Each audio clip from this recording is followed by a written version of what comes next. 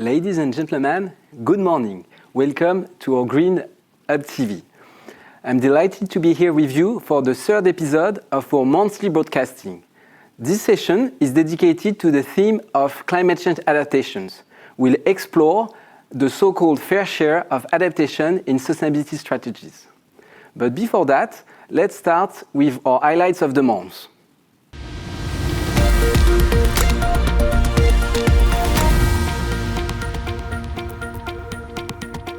Let's start by the growing competition for GDP resources.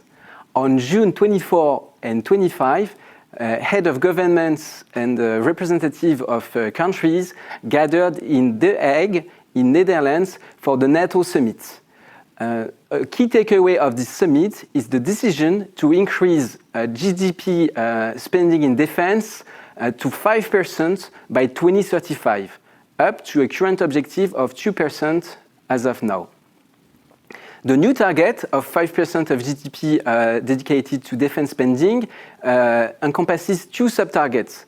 One about core defense spending related to ammunitions, troops, which is at 3.5%, and the other one stood at 1.5%, relates to security and defense-related spending, such as the protections of critical infrastructures, mobility, and also supporting innovations in the industrial basis.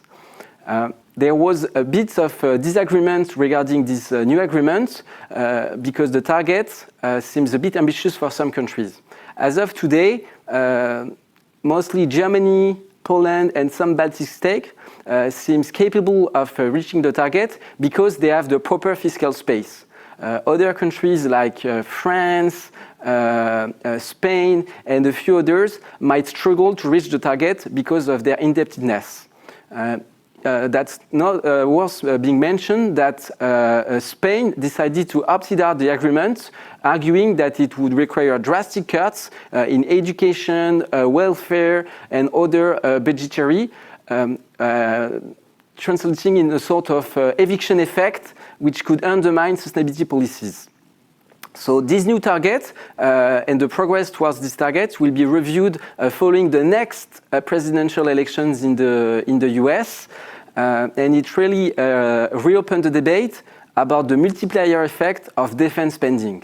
What are the consequences on GDP, on productivity gains, on innovations, but also on carbon emissions? With that regard, a report highlighted that an increase of 1% of GDP in defense spending could increase national greenhouse gas emissions in a range between 0.9% to up to 2%. Another study explained that an increase of 1% of GDP spending in defense would require additional skilled workers, around 760,000 additional workers, which could create shortages on the labor market and would require some talent retentions, upskilling and reskilling at the European level. So this is really, I would say, a dynamic debate about the weight of defense and how to articulate it with other considerations. That's a perfect teasing for one of our next emissions, which will be dedicated to the respective roles of public and private sectors in defense financing, with emphasis on the role of ESG-sensitive or sustainability-minded investors.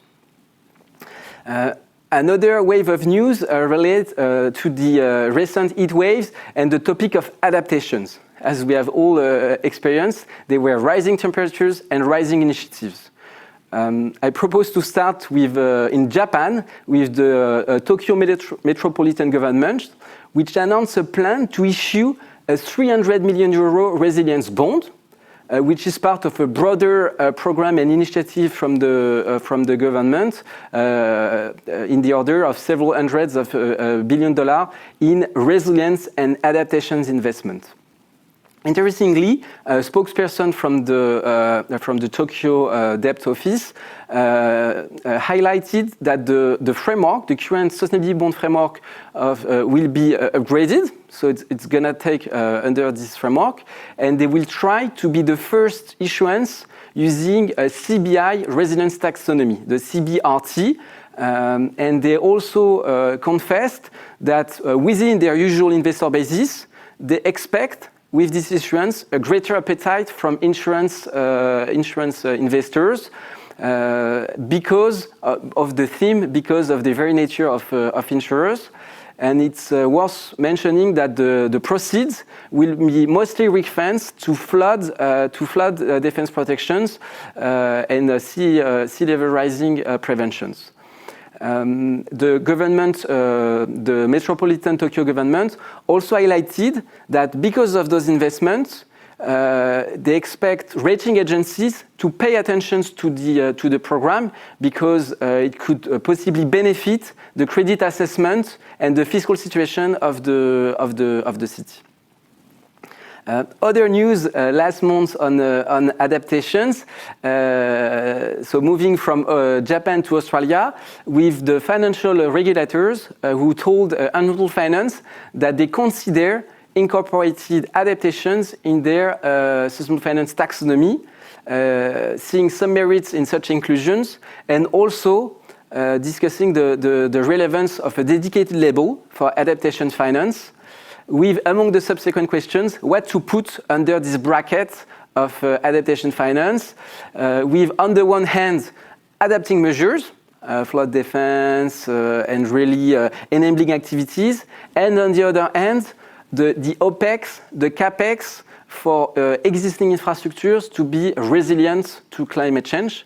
And of course, depending on the perimeter of eligible projects, it could have a huge impact in terms of accounting, with a risk of over-accounting climate finance if we take into account the second category. Still on climate change adaptations, end of June, the Climate Finance Week took place in London, and there was a summit dedicated, a one-day summit dedicated to resilience finance.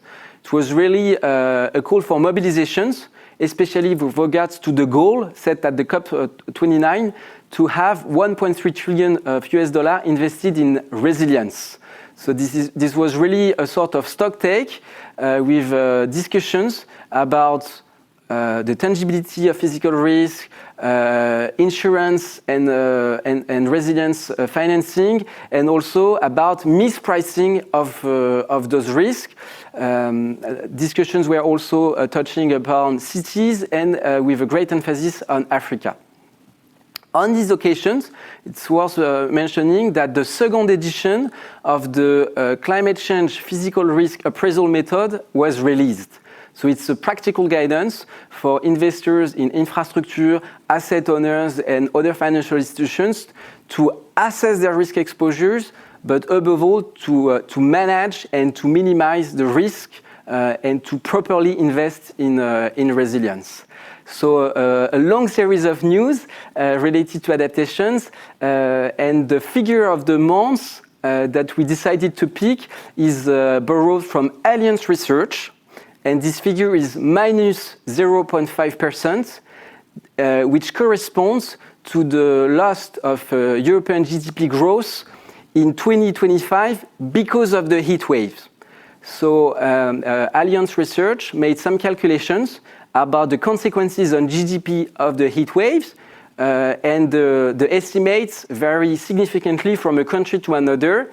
If we take Germany, for instance, it was super low because they had less high temperature days, while in France it was 0.6%. In Spain, it was 1.4% of potential GDP loss. In China, it went up to 1%. So, of course, it really depends on the countries. But it's interesting to, beyond the figures, to look at how heat wave destroy its economic growth. And this is mostly about consequences on the labor market. There are multiple, let's say, transmission channels affecting first the workforce productivity, the number of hours worked, but also labor income. And luckily, there are some ways, of course, to handle with such heat waves, to minimize the consequences on GDP growth. It can be about changing working schedules, can be about insulating buildings. So some of them are very short terms, while others are way more on, let's say, urban planning and embedding resilience by design in the construction of the buildings, but also in the way works is being organized. It's important to highlight that those estimates on the GDP consequences are fraught with some statistical bias. First, sometimes you have a sort of rebound effect because individuals or firms, for instance, purchase air conditioners, consume more electricity, etc. But it's what we call creative destructions. You have countermeasures to handle the heat waves, but that most of the time led to increased indebtedness. And above all, what is interesting is to see when there is a catch-up effect. Sometimes you have a drop in the activity because of the heat waves, and you can catch up. You have a rebound effect. So you recover a bit, let's say, the economic productions, but this does not hold true for all sectors. If we take, for instance, agriculture or infrastructures, they are more lagging and remnant effect in terms of GDP loss. So for sure, all the modeling around the consequences of physical risk will get increasingly sophisticated over the coming months with new schemes. Especially to protect workers, and it's important to mention that UNEDIC, the agencies in charge of unemployment in France, launched a new convention which entered into force at the beginning of this year to protect workers, especially in the construction sectors or in the agriculture, and to because of cas de force majeure climatique, which propose allowances for those workers which are unable to work and who are losing income. So we can see that on all the aspects, should it be from the building angle or from the work organization regime and insurance, things are moving to deal with climate change consequences. So I now propose to switch the discussions with our expert insights.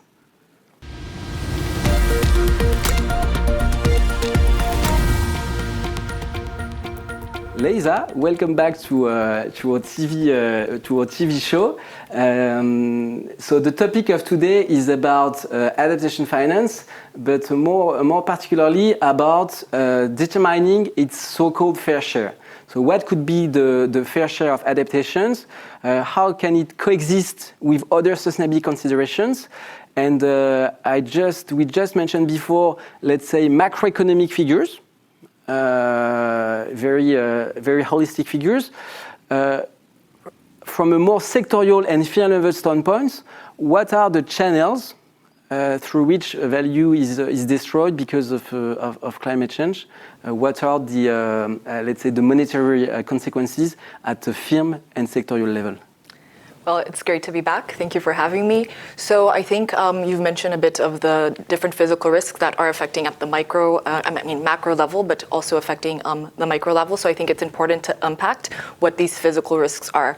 So if you look at the screen, you can see that there are two types of risks. One is acute and the other is chronic risk. So when we're talking about acute risk, we are talking about sudden risk that happens quite quickly and hits companies. So it's wildfire, heat waves, which you mentioned thoroughly, floods and storms. So this is a bit more in terms of immediate damage. And then when we move to chronic risk, it's more gradual and slow moving. So here we're talking about sea level rise, ocean acidification, desertification, and droughts. So just to explain a bit of what are these climate risks and how they impact the economy. So looking at the micro level, you'll also see that there's different transmission channels. So if we look at how these risks are impacting companies and firms, we can see a bit of the revenue loss. So if we're talking about revenue loss, this can be from 5 to 30%, especially in climate sensitive sectors. So we're talking about agriculture, we're talking about manufacturing, tourism, just to name a few. Then if we look at the operating costs, these can also be affected, and it's more of an increase in terms of OPEX. So we're looking at, you mentioned air conditioning, so if you're investing in cooling, if you're flood-proofing systems, if you're putting more insurance, that can raise operational costs from 10 to 30%, so it's quite significant as well. There can also be a bit of impairments in stranded assets in terms of facilities being affected by these physical risks. So this can be a cost of up to 20% if we're talking about this. So think about, for instance, a data center that is exposed to heat waves and needing to reallocate. So this is a bit of the impairment cost that can happen. Then if we look at insurance premium, because of these risks, we can see a surge from 50 to 200%, especially in sectors that are high risk. And finally, if we look also at supply chain risk, there's another disruption there, and it can add a cost from 5 to 15%. So once again, a quite relatively high cost if we talk about how this is impacting firms.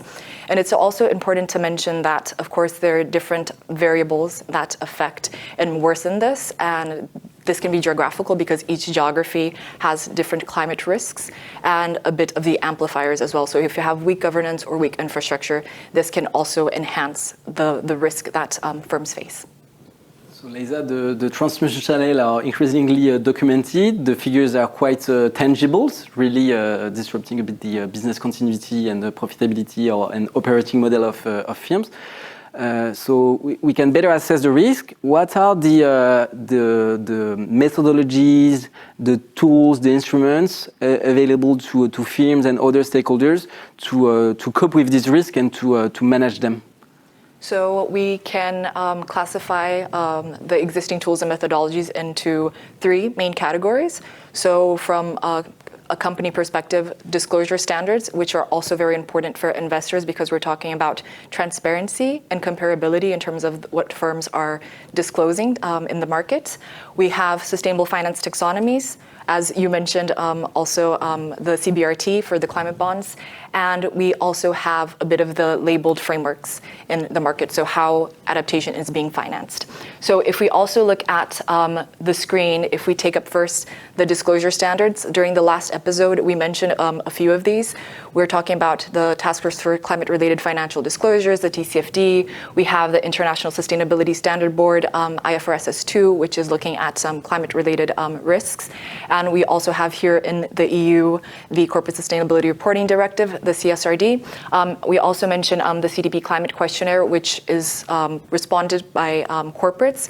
And all of these bring something really important, which is the exposure of firms to climate physical risk. So this is very important. There is, of course, an improvement if we think about how disclosures are being done, but it still lacks depth. So EY published in 2023 a climate risk disclosure barometer that looks at how disclosures are being made, specifically for climate physical risk.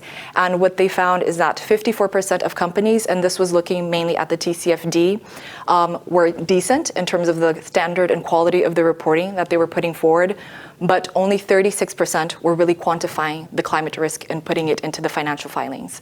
So there's still a bit of improvement to do in that disclosure area in really quantifying what's the financial risk of adaptation and resilience.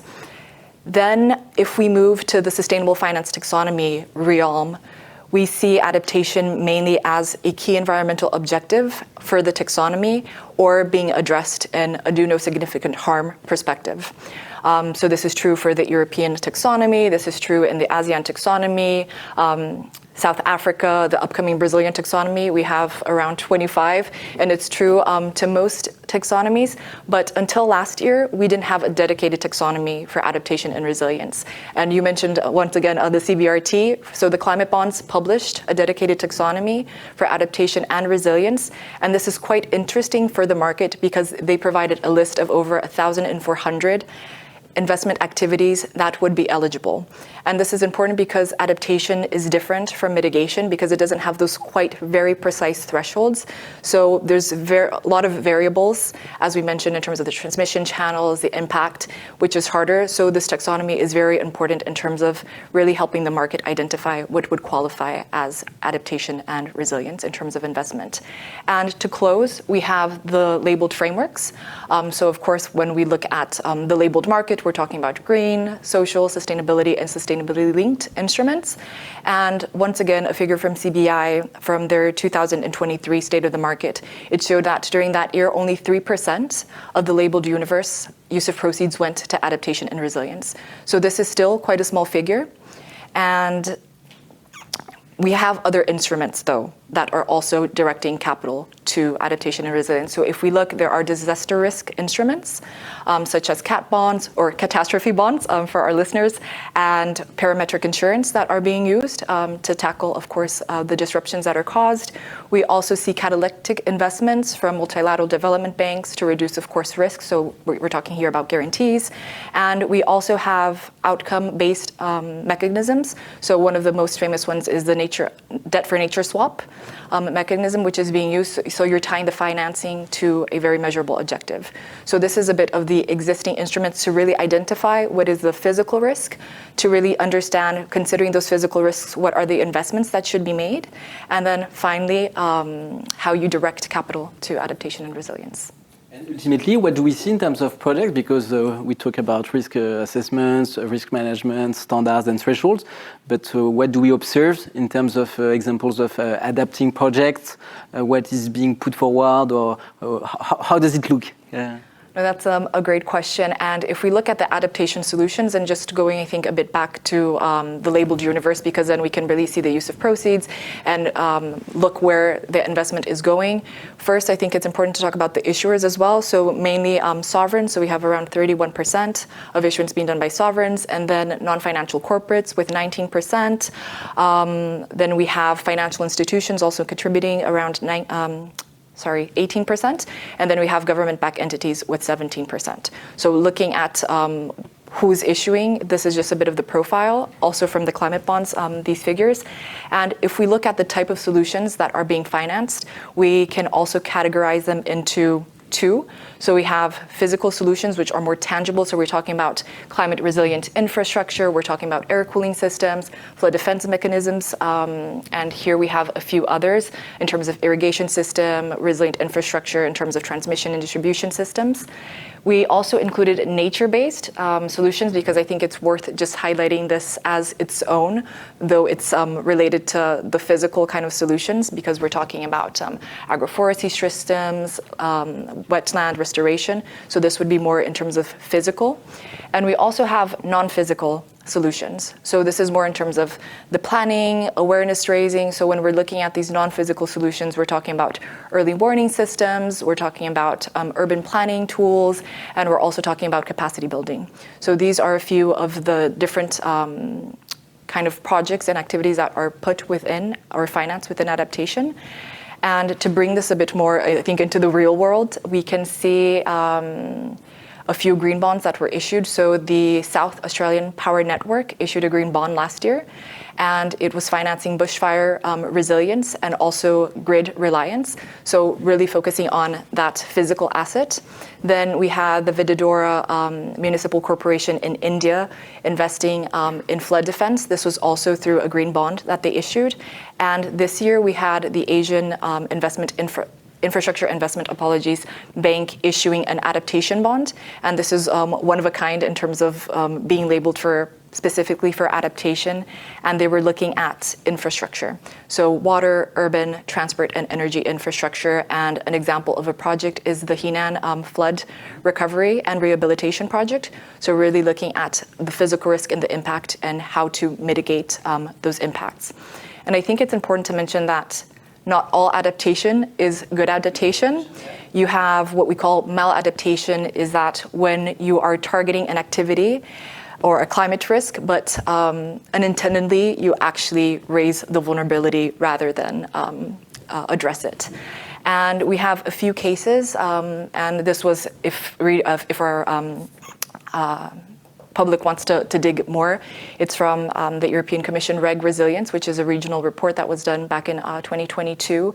And looking at regions, they mentioned Melbourne and a desalination plant that was being funded. And this, of course, was to increase water supply, which is good in terms of if we think of adaptation.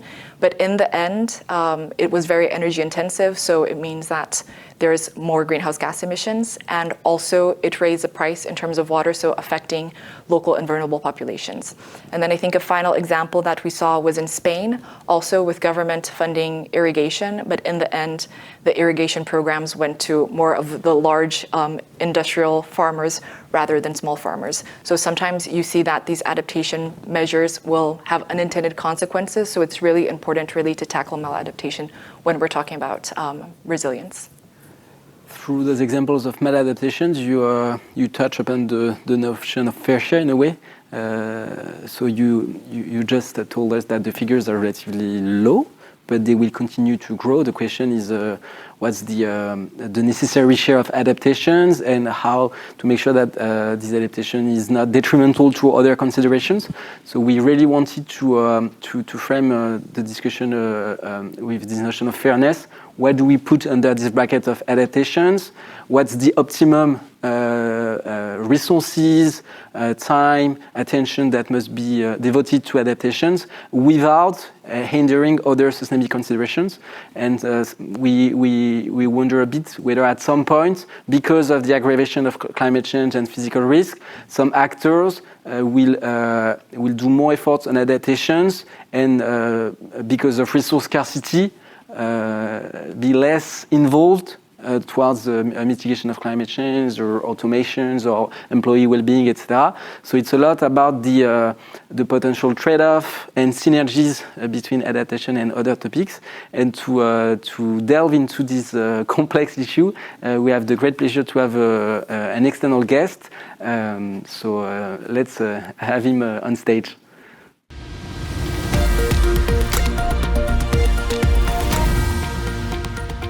Karim, Selouane, thank you very much for being with us today. You have different roles and a super rich practitioner experience.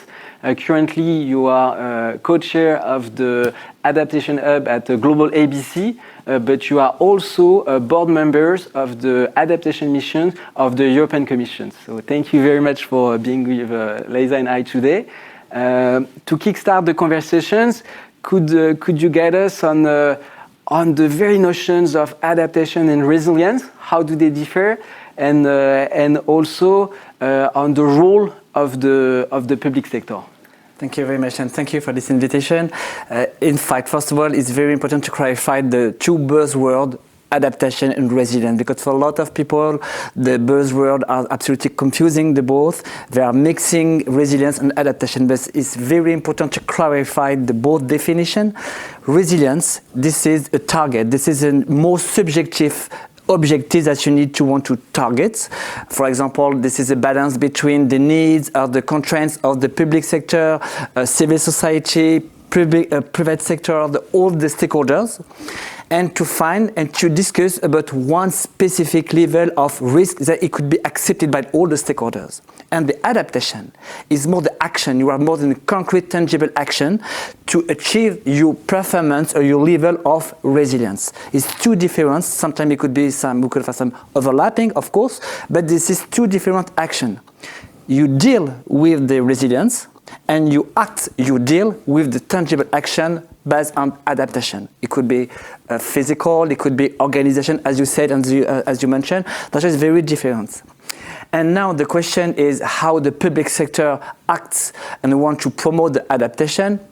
You could find a very heterogeneous process or solution all around the world.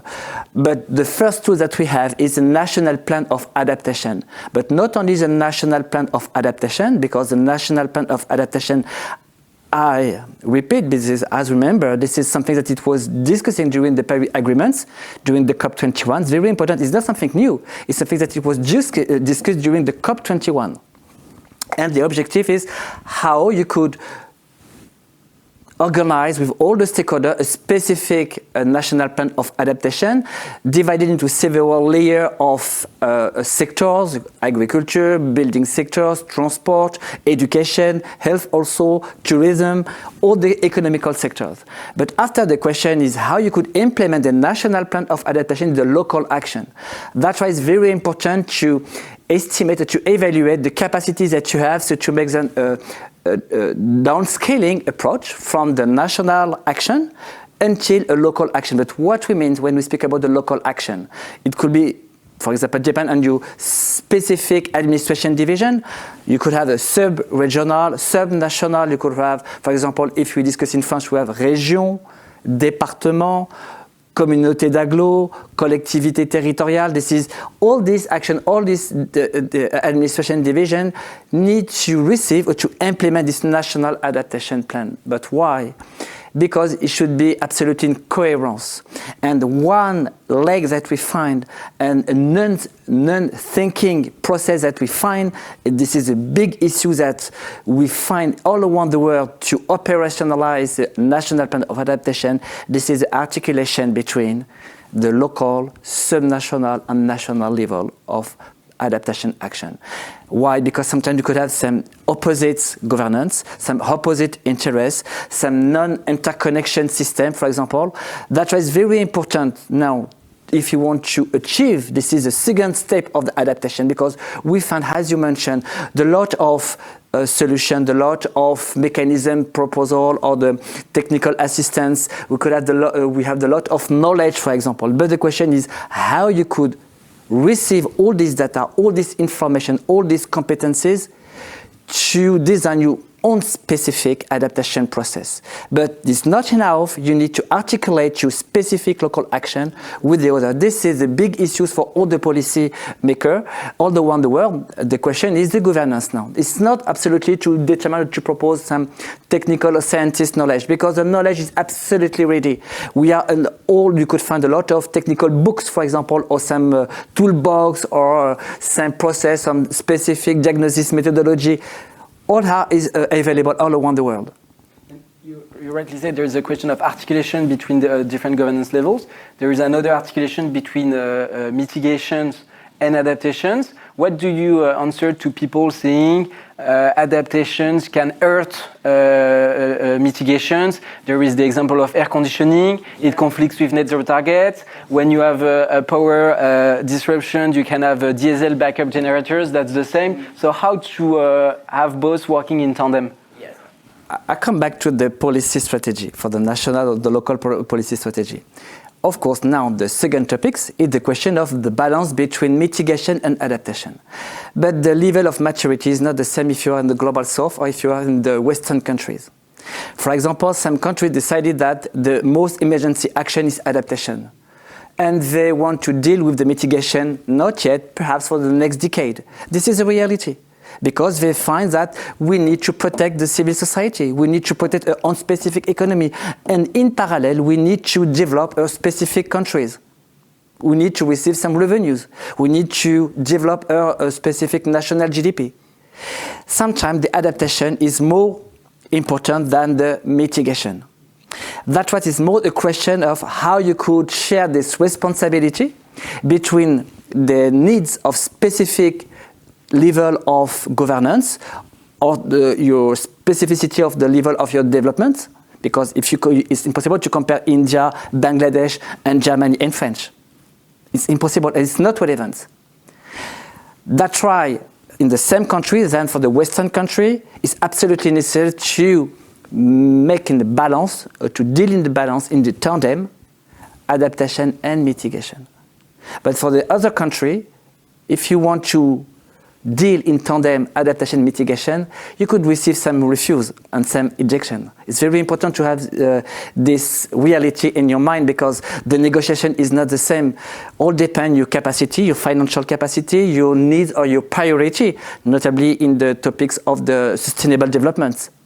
You know, that's why the question of the balance between adaptation and mitigation should be discussed in very specific context and geographical and social development level context. Very important. Well, if you come back to France, for example, of course, we need to deal in tandem adaptation and mitigation.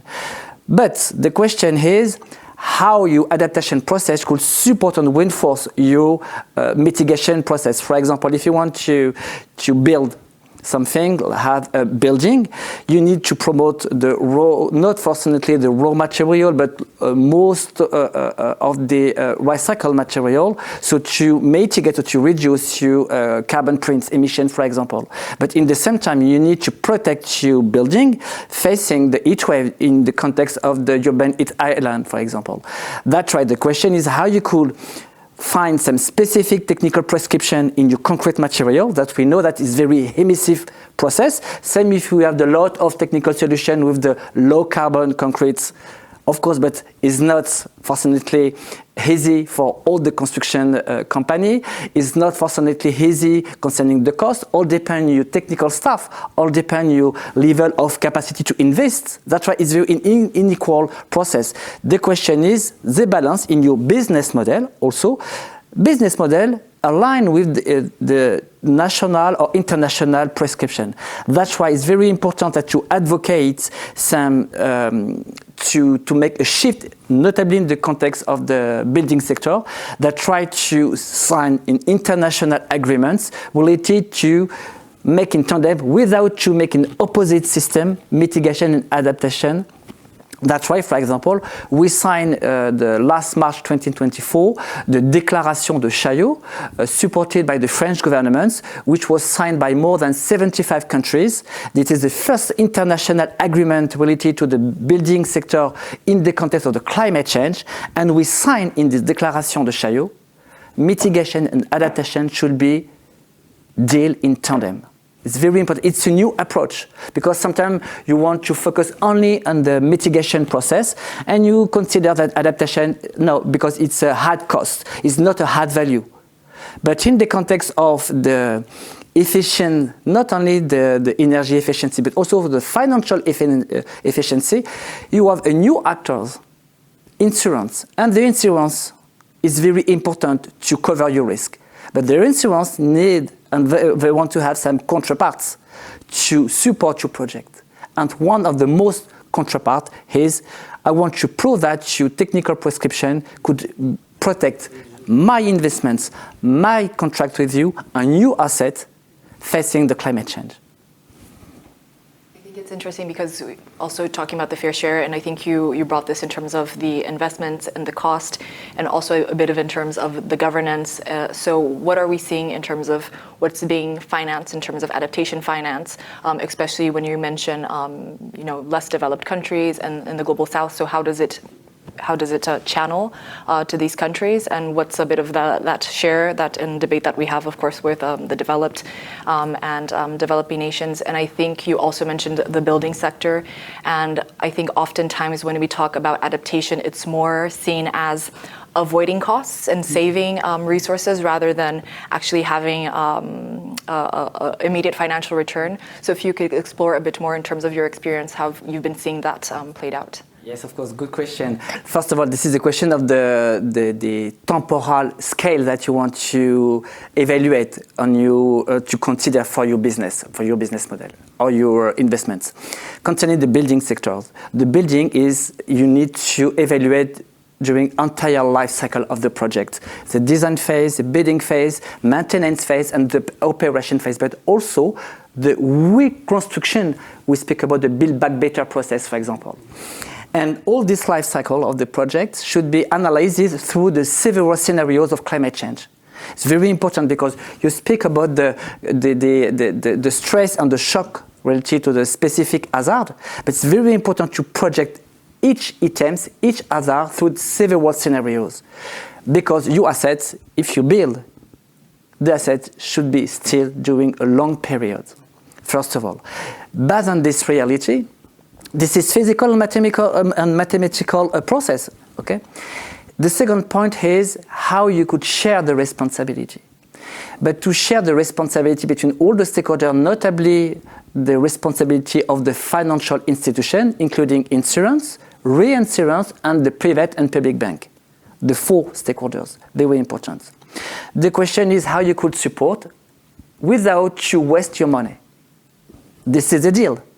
That's why you could find some example, notably with the international initiative which launched by the international alliance, which called the Global Shield. The Global Shield, it's not a think tank, it's like it's an alliance. And the idea is to determine some specific financial mechanism to cover the risk and to make some specific international fund of solidarity between the North and the South, but also between the rich geographical area with the poor geographical area inside the Global South. For example, in the Global South, you could have big cities, and how you could make a balance, a solidarity between the big cities and the countryside. Okay? And now, in this context, we find some specific mechanism. One was tested in Morocco, for example, the first African Fund of Solidarity. It was like a PPP mechanism with the insurance, reassurance, private bank, and the Caisse des dépôts marocain, CDG.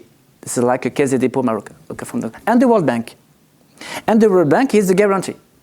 She proposed some guarantee so to mitigate the risk for each financial mechanism. And why they decided to propose this solidarity, this new type of mechanism? Because we know that the most part of the GDP, national GDP, the global GDP, depend on your critical infrastructure and your built environments. Without a resilient-based environment, we know that you could waste your money, you waste your GDP. During the COP28,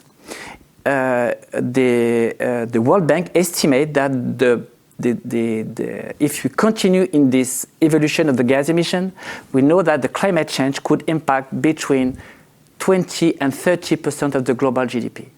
And if you analyze this matrix, inside this evaluation, this estimation, the most part of this impact could be caused by the damage of the built environment. Without built environment, impossible to maintain a sustainable development. Because all the economical sector are depend on the built environments. You depend on the road, electrification, the energy sector, the building, your asset, etc., etc. It's very important. Same for your manufacturing plant, for example. You know, that's why we don't find yet a specific mechanism, but we are trying to find some specific innovative process. Awareness is growing on the physical risk and their consequences. Do you see a lot of adaptation washing situations or projects which use the label adaptations or claim to be beneficial, but which are in the end are not super efficient and relevant? Yes, but if I still to be correct or not correct? Okay. Well, I tried to find a middle. Yes, a middle. But of course, but I think that we need to evaluate the feedback that we have since now 15 years. I think because notably with the emergency of the certain labelization of the construction, like BREEAM, for example, the Alliance HQE, for example, etc., etc. But what we know that we have a link between the estimation that it was estimated before, and now if you make some implementation, if you make some due diligence, you observe a lake, but this lake is not in the good way, it's more in the bad way. Why? First of all, we know that it's because at the beginning, no one wants to use some predictive climate change modelization, first of all. Because a lot of designers design with the previous and the past climate data, not with the climate change scenarios. It's very important to know that. Now we could correct this lake recently, first of all. And the second point, we observe, we design one specific hazard with one specific adaptation solution. But the reality is not like this. We know that we are in very complex multi-hazard impacts. That's why we need to have a very specific design, including these components in very multi-complex hazards. Very important. For example, if you want to mitigate the impact of the heat wave in the urban heat island, you want to use in your rooftop, for example, the lot of trees or grass or vegetalization, etc., with the nature-based solution. It's good, but during the heat wave, your grass, your vegetalization, yes, they need water. But how you could maintain this water in the context of the hydraulic stress. It's very important. And that's why now we observe a bad results.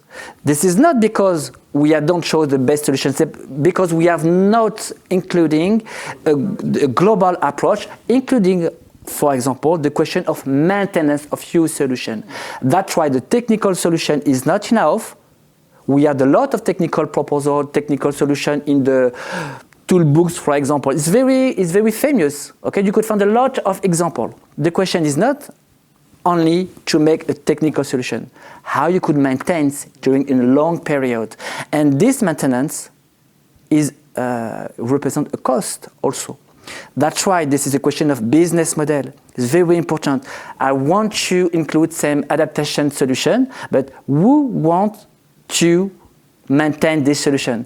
We want to pay for the long period, but also how you could readjust your past or your current arrangements and solutions, with the evolution of climate change. This is the agility. It's very important. This is the specificity between adaptation and mitigation also, because the mitigation you have some more simplified index and capacity to measure for notably concerning the reporting, but adaptation very specific.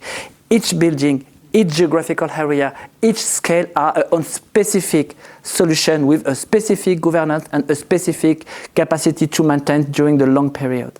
That's why it's not similar. It's interesting because I think what you mentioned in terms of the adaptation washing, it also sounds a bit of maladaptation. So how can you balance a bit of that need for the agility to address the physical risks with a bit of avoiding the maladaptation and unintended consequences? First of all, I think it's very important to be honest, to say that the risk zero doesn't exist. No. You need to accept a certain level of the risk and certain level of the dysfunctionality. The question is, that's why, if you remember the definition between adaptation and resilience, during your negotiation for each project, for example, it's very important to be more honest in transparency. You use the term of transparency during your pitch. That's why it's very important to accept that, okay, in this period, with this context, facing each climate hazard, it's impossible to have to still safety for each reason. Are you okay? Yes or not? Where you want to make more investments, when you want to make more less investment, for example. This is a question of negotiation. It's very important. This is the originality of the adaptation and the resilience. This is a use case. This is the issue that the negotiation, the dialogue between all the stakeholders should be respected. Because it's a way that you accept a certain level of investments, the add value, the add cost, but also the capacity that you accept that you could lose something, some comfort, money, for example, some attractivity. But it should be discussed. Okay? I think that's a perfect conclusion. So the fair share, it must simply be negotiated with proper governance, and there is no one-size-fits-all fair share. So, Karim, thank you so much for being with us today. Leisa, thank you. We wish you all a happy summer. You can find out former episodes on our YouTube channels, and the next sessions of Green Hub TV will be broadcasted in September. So, thank you so much for your attention, and keep following us on the social networks.